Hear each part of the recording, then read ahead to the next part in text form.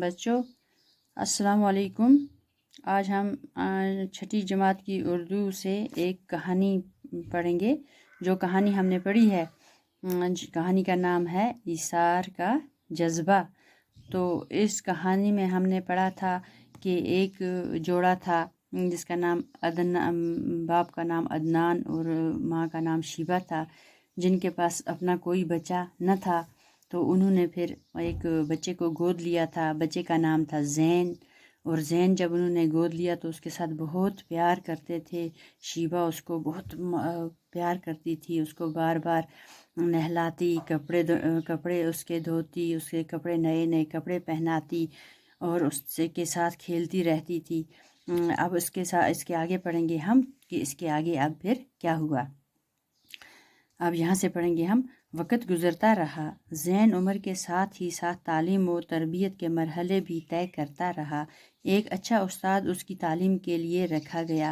وہ اسے گھر سے باہر بھی نکلنے نہ دیتے تھے کہ کہیں دھوپ یا چھاؤں اس کے رنگ کو میلا نہ کر دے۔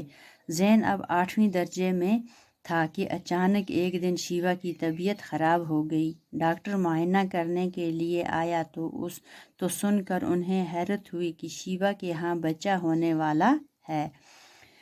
پہلے تو ان کو اس پر یقین ہی نہ آیا۔ جب بار بار پوچھنے پر بھی ڈاکٹر نے کہے ہوئے الفاظ دہرانے کے سوا اور کچھ نہ کیا تو انہیں یوں محسوس ہوا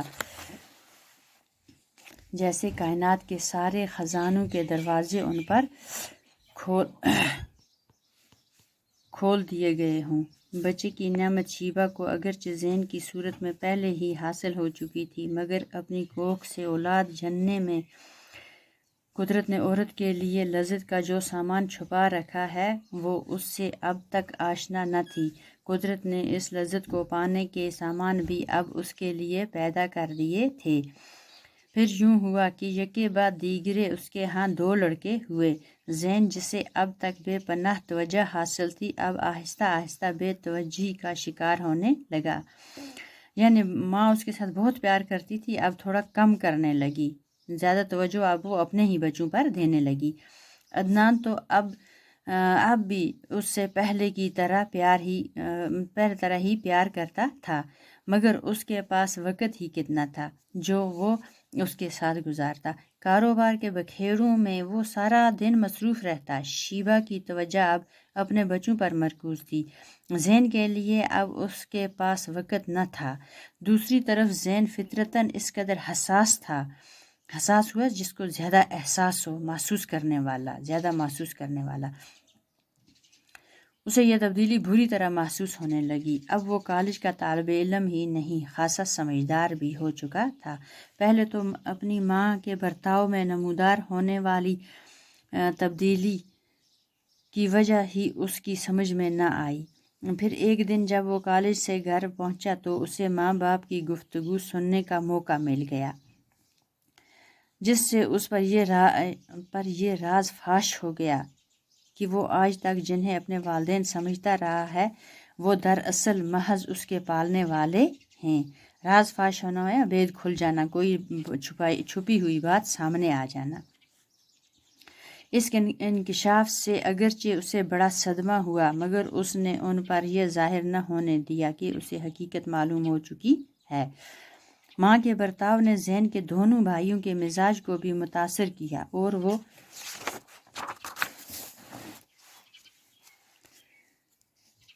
اسے اپنا شریک سمجھ کر اس سے نفرت کرنے لگے۔ عدنان نے شیبہ اور اپنے دونوں لڑکوں کو بہت سمجھانے کی کوشش کی، لیکن ان کے کان پر جوں تک نہ رینگنا ہو گیا، کان پر جوں تک انہیں کوئی اثر نہ ہوا۔